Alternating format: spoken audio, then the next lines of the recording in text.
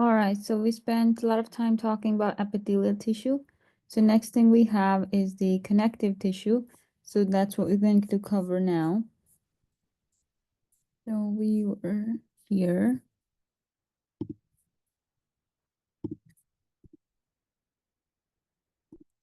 All right, so we have a couple different kinds of connective tissue. We spent a lot of time talking about epithelial tissue, so let's jump over and talk about connective tissue.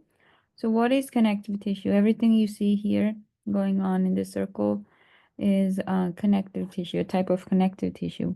You've got blood, you've got adipose, blood, fat, fibrosis connective tissue, you've got cartilage, you have bone.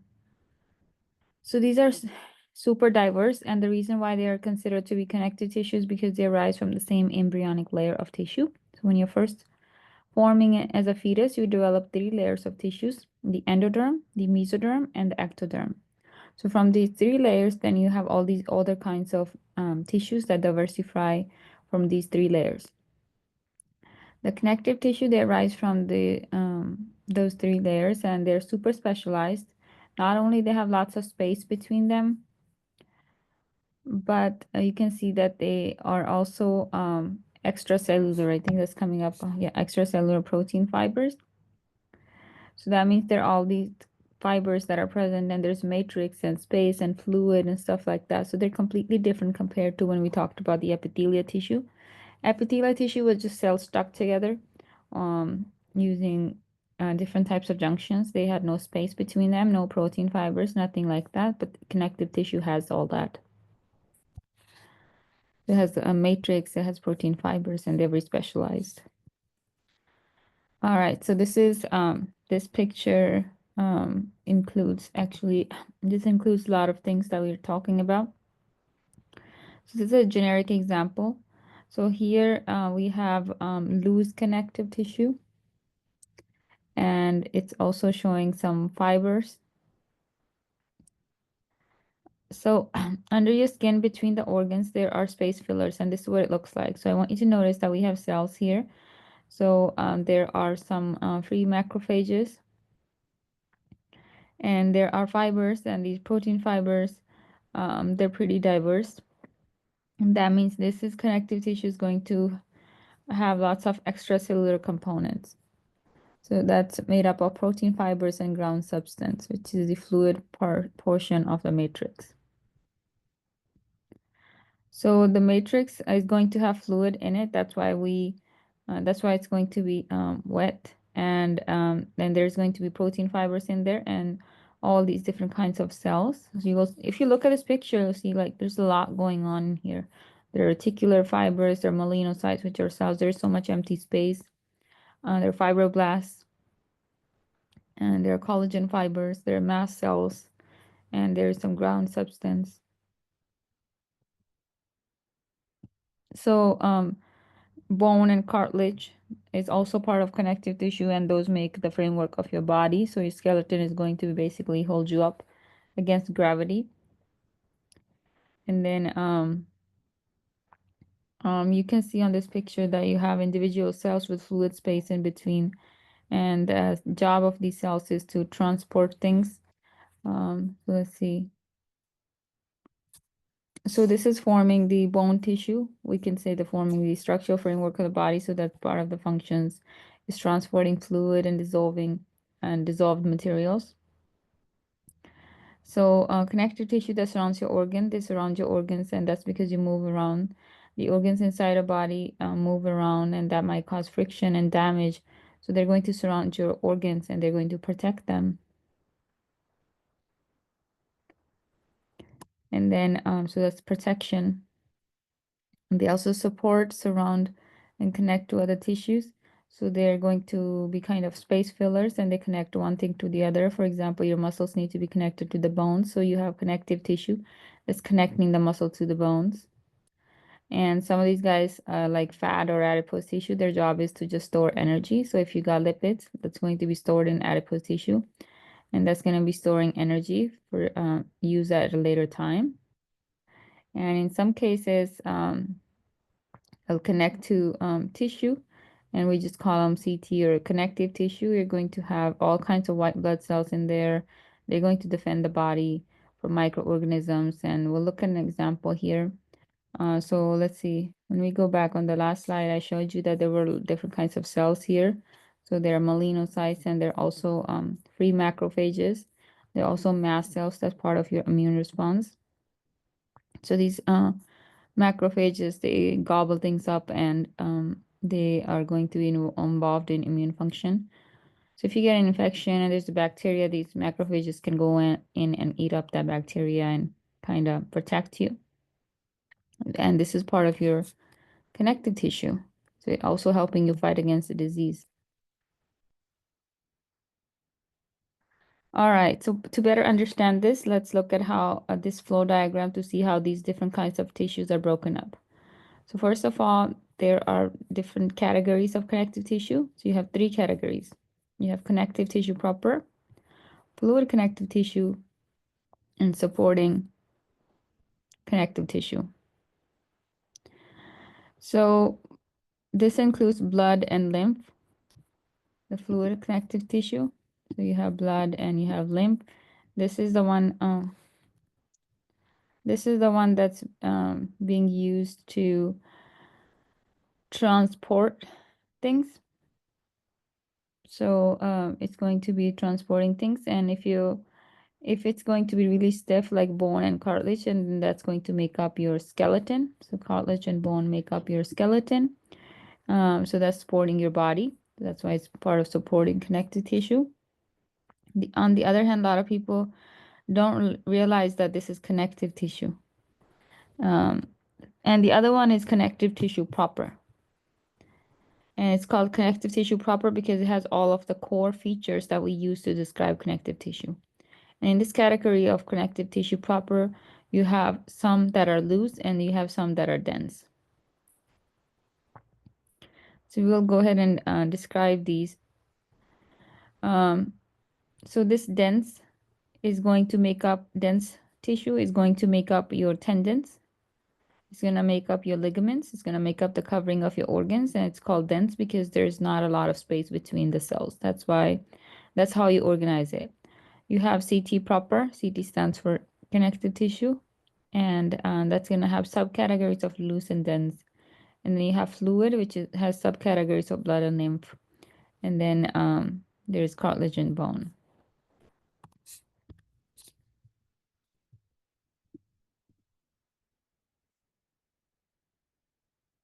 Okay.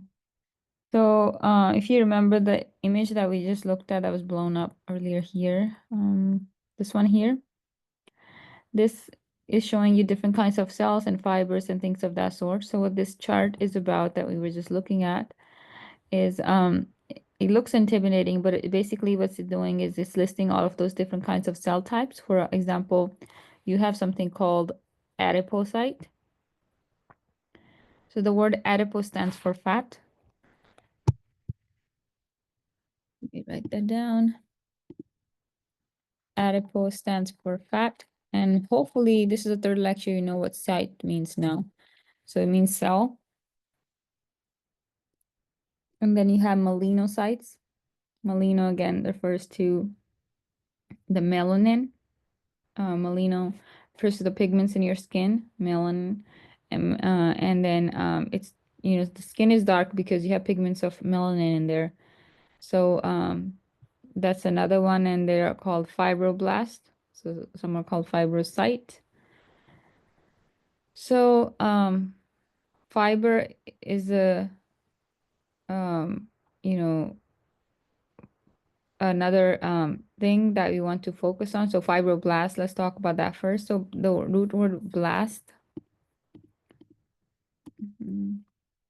means a cell that creates. So that's what the word blast means. So you have a fibroblast, that's a cell that creates fibers. If you have an osteoblast, osteo stands for bone, then that's going to be a cell that's going to produce bone or create bone. And then we have something called the macrophages. So macro means big, and then phage means eating or to eat.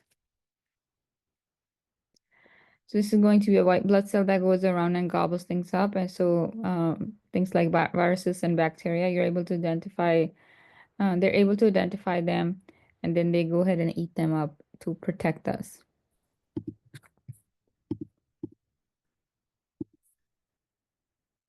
So as we continue, here's another word, macrophages. We just looked at this word, so meaning the same thing, macrophages.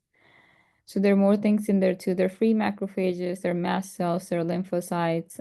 So they're going to be the ones, the mast cells, they stimulate local inflammation, so making histamine. And then you have lymphocytes that participate in their immune response, and neutrophils and eosinophils and things like that. So these are some blood cells. So these are the things that you find in the connective tissue. So this is what fibers look like. You have some of them that are called collagen fibers that resist tension. Some are called reticular fibers that add support. And some are called elastic fibers that contain protein called elastin for flexibility. So your ear is made up of elastic fibers. So because they're made up of different types of proteins, so collagen is the same stuff that you find in your skin. So if you eat things like chicken feet, they say that it makes your skin really nice because it has collagen in it. And all of these different kinds of fibers, you see different colors. They're going to go into different categories. So I'm not really going to ask you to identify the fibers from a microscope image. That's too difficult. But at least in the lecture exam, for example, in the multiple choice questions, you should know that there are three. So memorize these three kinds here. So you have collagen, reticular, and elastic fibers.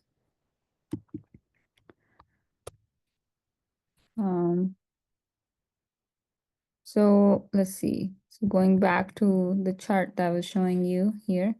So going back to this chart, we have connective tissue proper that's going to be broken down into loose and dense. So let's look at that next. So this is called areolar. Loose fibers is areolar tissue, adipose tissue, and reticular tissue. The difference between the loose and dense is the loose category, there are going to be three tissues. And on the dense, you have dense irregular, and then you have dense regular. So irregular, regular, and then elastic. So those three.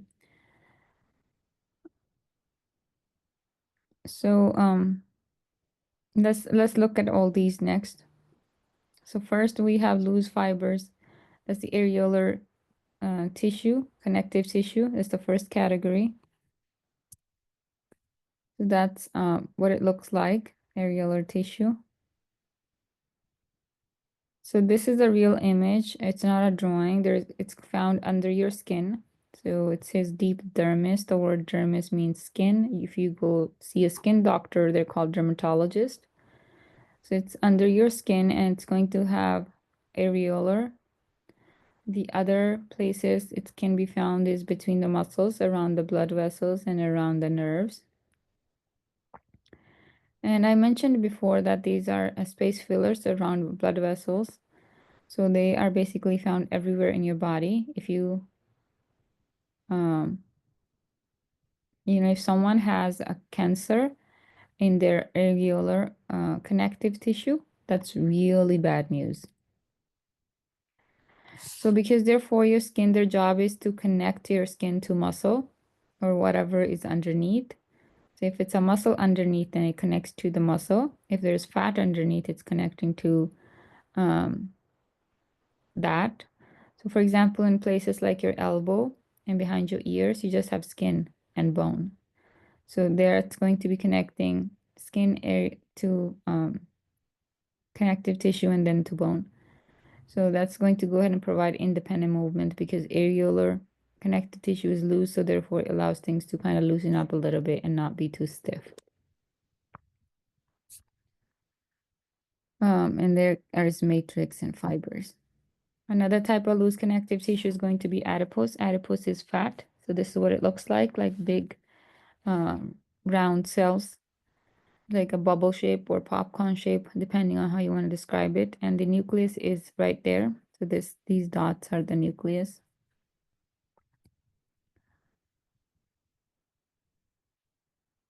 So it looks kind of empty. So actually there are lipids, and that's what's being stored in your nucleus, in your fat cells, and it's pushed. The lipids are stored in the fat cells, and that's what's pushing the nucleus to the side. So because the function of the cell is basically just to store lipids, it's not really doing anything, it's just storing lipids. That's why it kind of looks like empty space, but it's not really empty. There are lipids in there. Another one that's loose is going to be reticular. Reticular CT is basically going to be covering around some of your organs. So your liver, your spleen, your kidney, lymph nodes, tonsils, appendix, bone marrow. So you have this weird looking shape, reticular tissue, that's going to be covering those organs and provide structural framework. Just kind of anchor in place to maybe stick it to other things. It doesn't move around too much. So these are going to be three types of loose connective tissue. We have areolar and adipose and then a reticular. So it's providing the supporting framework. This is what the reticular tissue is going to look like under the microscope. Okay, so head over to the dense connective tissue. First one is going to be dense connective tissue, dense regular. I should say dense regular connective tissue. So that's going to comprise your tendons. Tendons are defined as connecting muscle to bone. And we also have ligaments, connect bone to bone. So don't confuse these two. So maybe find a way to remember this. So here you got a muscle called the rectus femoris, and it's a tendon that's connecting that muscle to the bone. And then, so that's going to be dense irregular tissue. So I should put that down actually, dense irregular connective tissue. I'm gonna just say CT for connective tissue.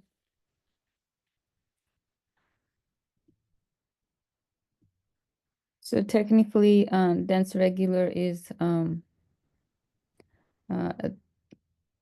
type of connective tissue. Another type of dense regular connective tissue is going to be connecting ligaments, so connecting bone to bone.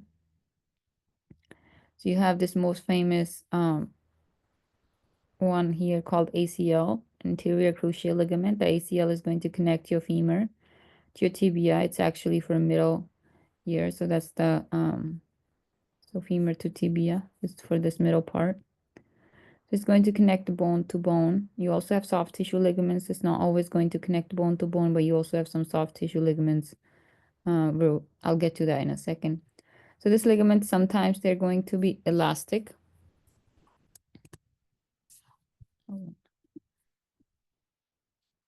The elastic ligaments contain elastic fibers, allowing for a modest amount of stretching. So it allows some stretching.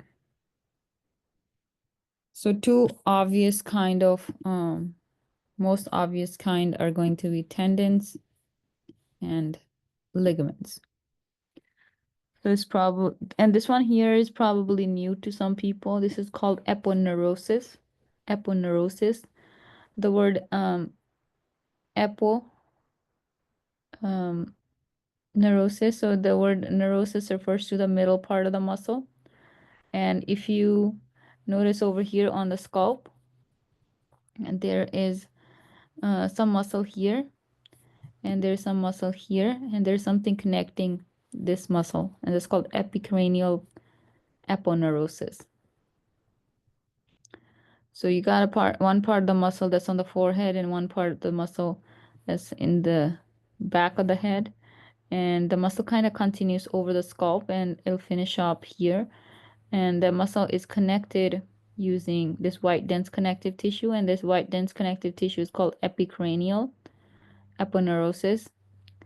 Um, Cranial is referring to the space that houses your brain. Epi, I don't think I defined that before, but epi means on top.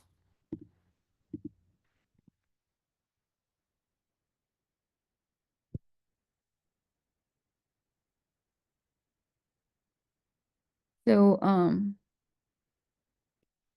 in this cranium, there is dense connective tissue between the two muscle parts. So right here on top. So epi stands for on top. It means on top of the cranium. And on top of the cranium, there's going to be dense tissue between the muscles. So the way we used to describe the muscle parts in word belly. So you got a belly in front and belly in the back, and between the two bellies, you have a dense connective tissue, dense regular connective tissue, and that's technically called the epicranial aponeurosis. So definitely look at this under the microscope. I'm going to test you on them. You need to be able to recognize them. So the three main ones will be tendons, ligaments, and in the ligaments, depending on how stretchy they are, they either elastic ligaments or elastic tissue. Sorry, two main ones, tendons and ligaments, and then elastic ligaments part of the ligaments. So this is let's see, go to the next slide. So elastic tissue also stabilizes the vertebrae. So this is what they look like under the microscope. You got your undense regular connective tissue. And there's not much space between them. That's why it's called dense. And then down here you have the elastic tissue, and they have a little bit more space between them. I will not ask you about these. So you will have to find these under the microscope, but it won't be a slide that's gonna say dense irregular connective tissue. You might say ligament on the slide, then you have to kind of find the dense regular connective tissue on there, or you might grab a slide that says tendon. So then you can tell that's tendon slide because they'll have a little bit of muscle, and then the muscle will then turn into a tendon. So that's what you can be looking for. So you might say ligament, or you might say tendon.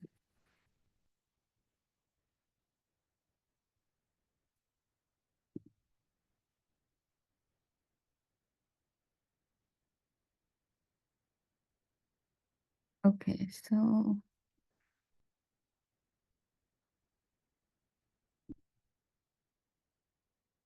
then we have dense irregular CT. So the first one is dense irregular CT. That's going to be surrounding the muscles and nerves. So you need to have a protection around the muscles and nerves and to isolate them. And at least in the nerves, you don't have any kind of cross communication. So these are going to be covering the nerves and muscle sheets. And it's going to separate one muscle from the other one. They're going to provide kind of like a capsule around it, and it's going to be lots of fibers. So this one, in addition being around the muscles, also around the nerves. So you're going to find them in the dermis. Dense irregular connective tissue is found in the dermis. It's like a capsule around the organs. And then technically it's found in the reticular layer of the dermis, if you want to say that. So I'm going to add that here.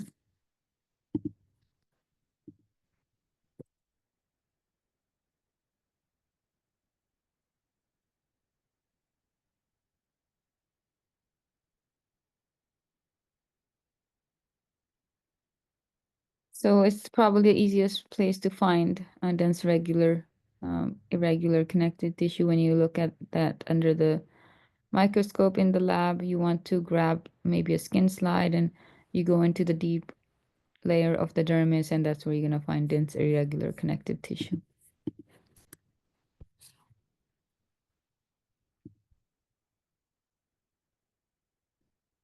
So we just finished the connective tissue proper. Now we'll move on to the middle one, which was going to be the fluid part of the connective tissue. So you either got blood or you have lymph. We all know about blood is not just blood. It has all these cells, has red blood cells, white blood cells, monocytes, lymphocytes, eosinophils, neutrophils, basophils. So this is all part of the blood, all these cells. Um, So red blood cells are also part of the blood. That's what makes the blood red. But you got really small portion of the blood, about 1%, that's made up of white blood cells. The white blood cells are used for immunity. On the other hand, over here, this is something called lymph. So blood and lymph. And we all heard about lymph nodes and spleen and things like that. So this system over here is the system that's going to absorb fluids that leak out of your blood vessels or leak out of your cells and then reclaim the fluid to bring back your circulatory system. And that's what this connective tissue is. It's in the lymph. So we're not going to talk about it too much because we're going to have an entire chapter on blood and then another entire chapter on lymphatic system. So we're just going to go ahead and name it, and that's all we're going to do in this chapter. So when you look at the blood slide, you will be able to find the blood cells on there, and you should be able to tell me that, that's blood. The last category of the connective tissue is the structural support. So I'm going to, we have just a couple slides for that, for structural support. So that's going to be bone and cartilage. This is what bone looks like. And it's going to look really different depending on what kind of bone you are looking at. This is the end of the long bone here. This could be a finger, or it could be end of, I don't know, your femur, humerus, or something like that, your tibia. So if you take bone, this is called the ground bone or dry bone. Then you cut into it. This is what it looks like. Looks like tree trunks. There are dark dots in there. So these cells are bone cells called osteocytes, and it means hollow space. Osteo means bone, and the hollow space where blood vessels are uh, going around, that's the matrix. So all the spacing between is where the blood vessels are going through. So this is what really makes it different from the epithelial. Now you'll be able to recognize as this being bone. If I put this under the microscope, you should be able to identify it. And then this is ground bone again. That's also called brown bone. So that's what you'll be tested on.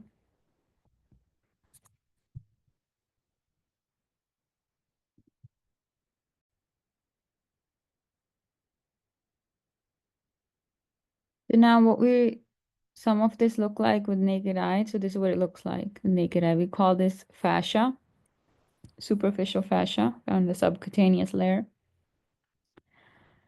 So fascia, for the most part, is irregular connective tissue and adipose. So you see when you cut through skin in surgery, we got this adipose tissue. So this is showing the fat tissue, deep fat tissue. So we got this adipose tissue. So we got the areolar or areolar CT, and the function is again it's connecting the skin to whatever is underneath. It can be space filler. So you see this shiny stuff here. That is when you're maybe cooking meat in the kitchen, when you're maybe cooking chicken, or steak. That's going to be, there's this layer that's on there that you might be taking off or not, but that's the connective tissue. It's going to be in different layers. So this is what you can see with the naked eye. It's called fascia. There's deep fascia that includes intermuscular fascia, and then subserosa fascia. In terms of clinical descriptions, they would call it subcutaneous. That refers to the skin. So if you're looking at subcutaneous fat, that's going to be fat underneath the skin. So that's your skin, and this is the fat superficial fascia. So it's underneath the skin. That's why it's called subcutaneous. It's also known as subcutaneous layer or hypodermis. To finish it up, we have two that support and that are super special that are going to be muscle one and the nerve tissue. In terms of muscle, there's going to be three kinds. We have skeletal muscle, there's going to be cardiac muscle. Skeletal muscle is found pretty much everywhere. Cardiac muscle is found in the heart only. And then you have smooth muscle, which is found in the places that you have no control over. So if your stomach is growling, that's going to be smooth muscle. If you have goosebumps, that's going to be smooth muscle. On the other hand, if you're raising your hand right now, moving your arm, that's voluntary, and that's going to be skeletal muscle. Smooth muscle is going to be involuntary. So what we're going to do is we're going to look at example of muscle in the lab, but for first exam, you don't have to be able to tell the difference between smooth muscle, cardiac muscle, and skeletal muscle. We'll get there. But right now you just have to be able to tell which one is muscle. So the last type of tissue, so we'll have chapters on muscle, so that's when we go in detail for these. That's when you'll be able to tell these apart. For the last one, this is nervous tissue, is one of its own category because it does something no other cell or tissue can do, and that is to conduct electrical signals. And because it does something no other cell tissue can do, that is to conduct electrical signals, and it's a long thing that we call axon. So it has this long thing that's called axon, and axon, if you have information, can travel down the axon, then communicate with something or whatever is on the other end of this nerve. So it can be connected to maybe a muscle or a nerve cell. It can be connected to another nerve cell.